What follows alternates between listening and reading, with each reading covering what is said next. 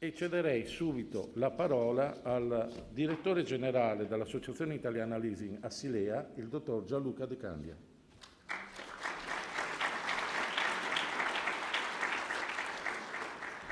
Non c'è lo scalino.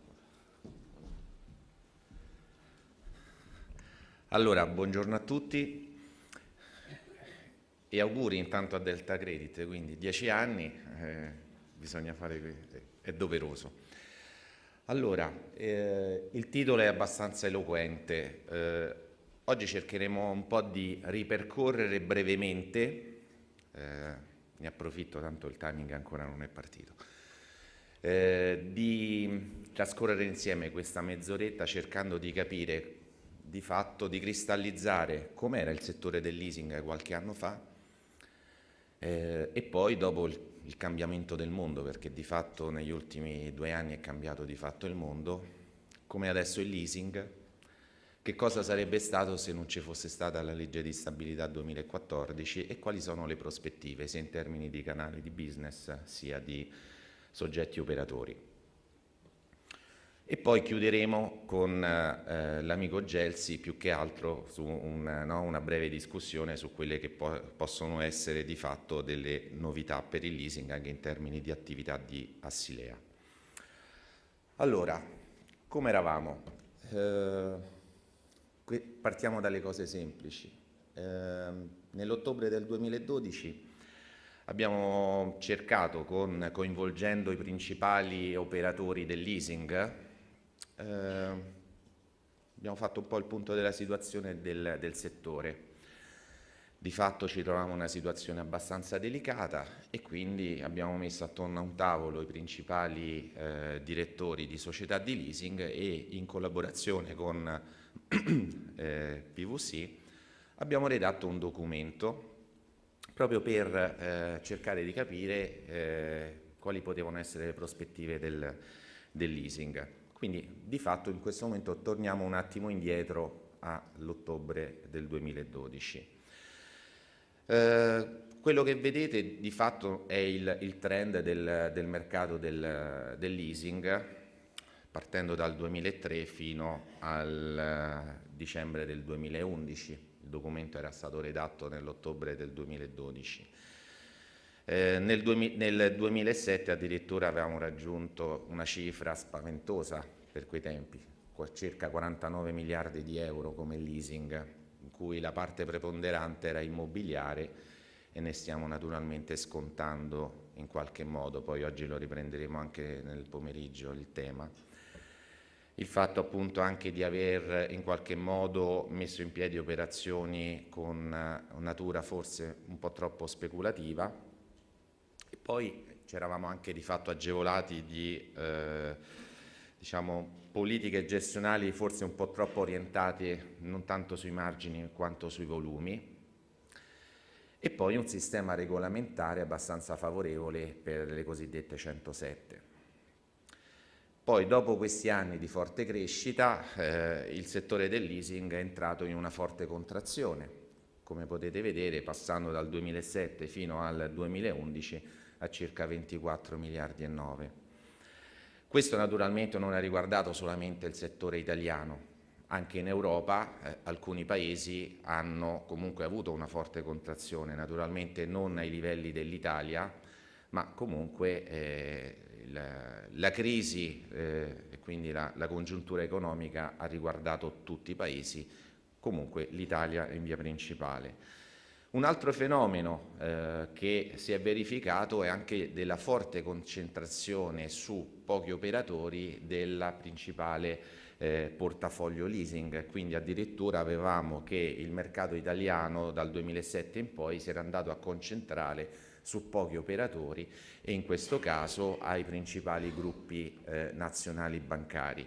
In questo caso, come potete vedere da questa slide, di fatto i primi 5 operatori controllavano una quota di mercato intorno al 55%. E di fatto si andava a spostare anche quella che era il canale distributivo prevalente. Nel 2008 presentammo a Roma alla dottoressa Tarantola, oggi è invece presidente della RAI, però di fatto all'epoca era capo delle ispezioni di Banca d'Italia, presentammo un documento proprio sul canale agenti. Di fatto il canale agenti era il canale prevalente per le società di leasing. Di fatto invece dal 2008 in poi, ma questo poi lo vedremo anche oggi, il canale distributivo principale è divenuto di fatto la filiale bancaria, con poi di fatto vantaggi e svantaggi che andremo a vedere successivamente. Che cosa di fatto si è trovato come nemico di fatto il leasing in questo periodo successivamente al 2007, quindi sempre in questo range 2008-2012? Innanzitutto una forte competitività da parte dei finanziamenti a medio e lungo termine. La nostra penetrazione a livello di finanziamenti a medio e lungo termine è di fatto calata enormemente proprio a discapito di finanziamenti a medio e lungo termine operati dalle banche. Una progressiva bancarizzazione del leasing, e quando intendo bancarizzazione proprio in tutta la sua genericità, con anche management sempre più orientato naturalmente a vedere il prodotto leasing non inteso come qualcosa dietro c'era il bene, quanto invece un finanziamento di fatto ipotecario tout court. E questo naturalmente anche un po' nociuto perché si è poi riverberato nelle attività sia di produzione che di gestione dell'operatività leasing. E poi una progressiva riduzione della fiscalità del leasing. Penso che questa immagine, quella che poi riprende un detto, no? È proprio del buon pastore tosare le pecore, non scorticarle. Ecco, io penso che il leasing possa essere preso proprio ad esempio, perché eravamo partiti, no, con un leasing in cui si poteva fare 8 anni nell'immobiliare, la metà dei coefficienti di ammortamento, poi per questione di gettito il legislatore fiscale cominciò, no, a ridurre le deduzioni fiscali e quindi di fatto aveva perso appeal nei confronti del mercato. E poi maggiori vincoli di fatto regolamentari. Dal 2008 poi fino al 2012 i maggiori vincoli regolamentari avevano comunque portato a un impoverimento anche dell'offerta leasing. Quali erano le soluzioni che venivano proposte da questo documento? Nel breve periodo alcune risposte sembrerebbero banali. Adozione di sistemi di pricing più avanzati, la razionalizzazione delle strutture organizzative e dei processi commerciali ed erogativi e nel medio-lungo periodo invece un ripensamento nel modello di business, accesso al funding, vero grande problema in quel periodo, e un ripensamento dell'offerta dei prodotti, quindi si pensava sempre ed esclusivamente a non tanto a quelli che potevano essere i servizi accessori a un'offerta di leasing, ma sempre e solo al tasso. E poi l'offerta di nuovi prodotti per accedere a nuovi segmenti di clientela, si parlava di leasing pubblico, si parlava di abitativo e così via, leasing operativo. E quindi la soluzione qual era? Torniamo al passato, quindi torniamo di fatto poi a quello che erano gli elementi essenziali del leasing. E innanzitutto le prospettive qual erano? Era quella di un mercato che poteva avere un massimo sviluppo tra i 20 e i 25 miliardi, di fatto e questo come riflesso naturalmente anche del fatto che si tornava comunque a puntare sul business del leasing, sullo strumentale, sull'auto, evitando naturalmente quei cosiddetti leasing speculativi che potevano essere individuati anche nelle operazioni immobiliari. E una sovracapacità del settore e quindi di fatto accelerando la ristrutturazione all'interno delle aziende, ma anche tra aziende facenti parte dello stesso gruppo bancario. E poi un aumento del costo del funding in misura significativa e tale da non poter essere compensata dalle riduzioni dei costi di struttura e un pricing su livelli strutturalmente superiori a quelli degli ultimi 5 anni. Questo era un po' quello che ci veniva detto in termini di previsioni. E arriviamo di fatto al 2014, alla legge di stabilità. Forse qualcosa è cambiato.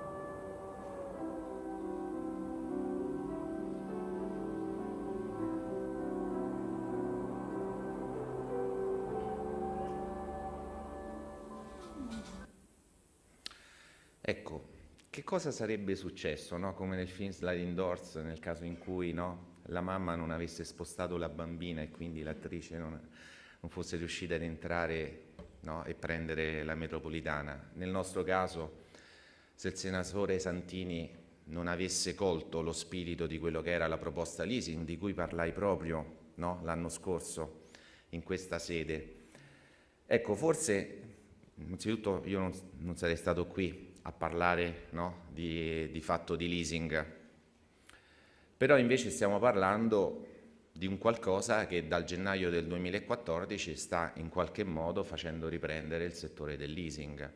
I problemi rimangono, voi siete gli operatori, lo sapete meglio di me quelli che sono i problemi, però di fatto sicuramente possiamo in qualche modo, abbiamo la forza e la volontà di dire che comunque il leasing sta riprendendo rispetto a quelli che sono poi gli altri comparti e anche i nostri competitor, perché con la legge di stabilità di fatto il leasing risulta essere oggettivamente più competitivo rispetto ad altre forme di finanziamento nei confronti di imprese e professionisti. Come Assilea, e questo grazie anche alle società di leasing nostre socie, abbiamo organizzato qualcosa come 36 eventi su tutto il territorio italiano, quindi una scelta fatta dal Consiglio a gennaio dell'anno scorso. Tra fine gennaio e aprile ho avuto il piacere di partecipare a questa quarantina di eventi a cui hanno partecipato imprenditori, che poi di fatto sono, no, i clienti, ma hanno partecipato soprattutto i commercialisti. E quindi siamo andati su tutto il territorio, direi dal Mazzanarre al Reno, ma in questo caso siamo partiti da Brescia, che era la culla del leasing, era purtroppo, e da Torino fino ad arrivare a Palermo abbiamo illustrato i vantaggi del leasing, in questo caso l'ho fatto io, ma soprattutto è stato importante la partecipazione diretta dei direttori delle società di leasing, i quali testimoniavano la volontà a dare seguito. Sapete meglio di me che l'attenzione, io uso un termine diplomatico, l'attenzione alla valutazione del merito creditizio del cliente non è scesa, lo sapete meglio di me, però c'è grande domanda di leasing, perché poi di fatto di che cosa stiamo parlando? Stiamo parlando comunque di numeri che stanno confermando comunque un trend positivo in termini di stipulato di leasing.